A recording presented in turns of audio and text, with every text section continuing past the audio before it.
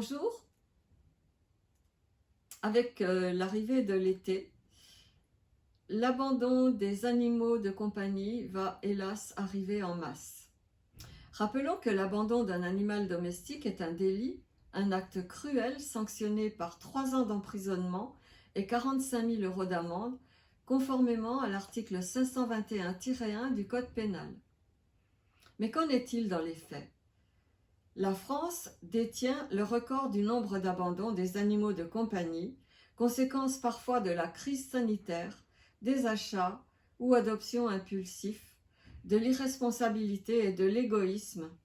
Le pourcentage augmente chaque année de façon inquiétante. Les animaux identifiés cédés par leur propriétaire à un refuge ou une association agréée passent d'un propriétaire à un autre, avec transfert de propriété mentionné à l'ICAD. Si pénalement ces gens ne peuvent être sanctionnés en raison de l'acte de cession réalisé légalement, l'abandon demeure, car pour l'animal, il y a bien une maltraitance psychologique. Il est privé d'un foyer qu'il aimait, même si cette affection s'avère unilatérale, au regard du comportement égoïste de l'humain qui commet un tel acte, surtout lorsqu'il s'agit de se débarrasser de la petite peluche de l'objet mignon devenu encombrant au moment du départ en vacances. Il s'agit bien d'un abandon déguisé. Et ce ne sont pas les familles aux revenus les plus modestes qui sont concernées par ces agissements indignes.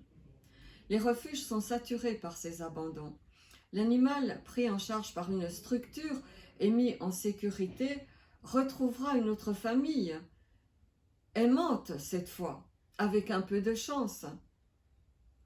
Mais une question d'éthique se pose alors.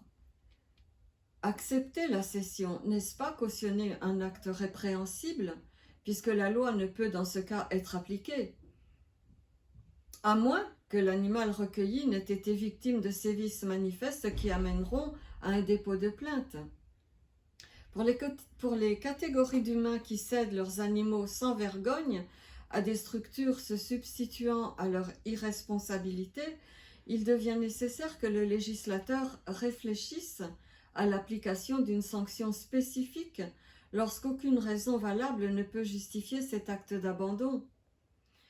Et puis, il y a tous les autres, les chiens, les chats, les nacs non identifiés, largués par leurs propriétaires dans la nature, sur des aires d'autoroute, dans des poubelles, attachés aux portes d'entrée des refuges ou enfermés dans un appartement sans eau ni nourriture jusqu'à ce que mort s'ensuive. Prenons par exemple les chats abandonnés en masse, livrés à eux-mêmes, généralement non stérilisés. Ils vont se reproduire avec pour conséquence l'augmentation de leur prolifération et de leur souffrance. Les plus chanceux, encore une fois, seront recueillis par des associations, d'autres seront conduits en fourrière avec un risque possible d'être euthanasiés.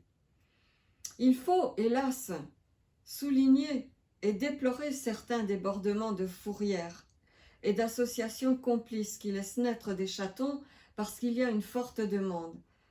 Cette honteuse absence d'éthique est condamnable compte tenu du contexte et de la misère animale. Car oui, nous l'avons entendu, certaines associations et certaines fourrières laissent naître parce qu'il y a une forte demande.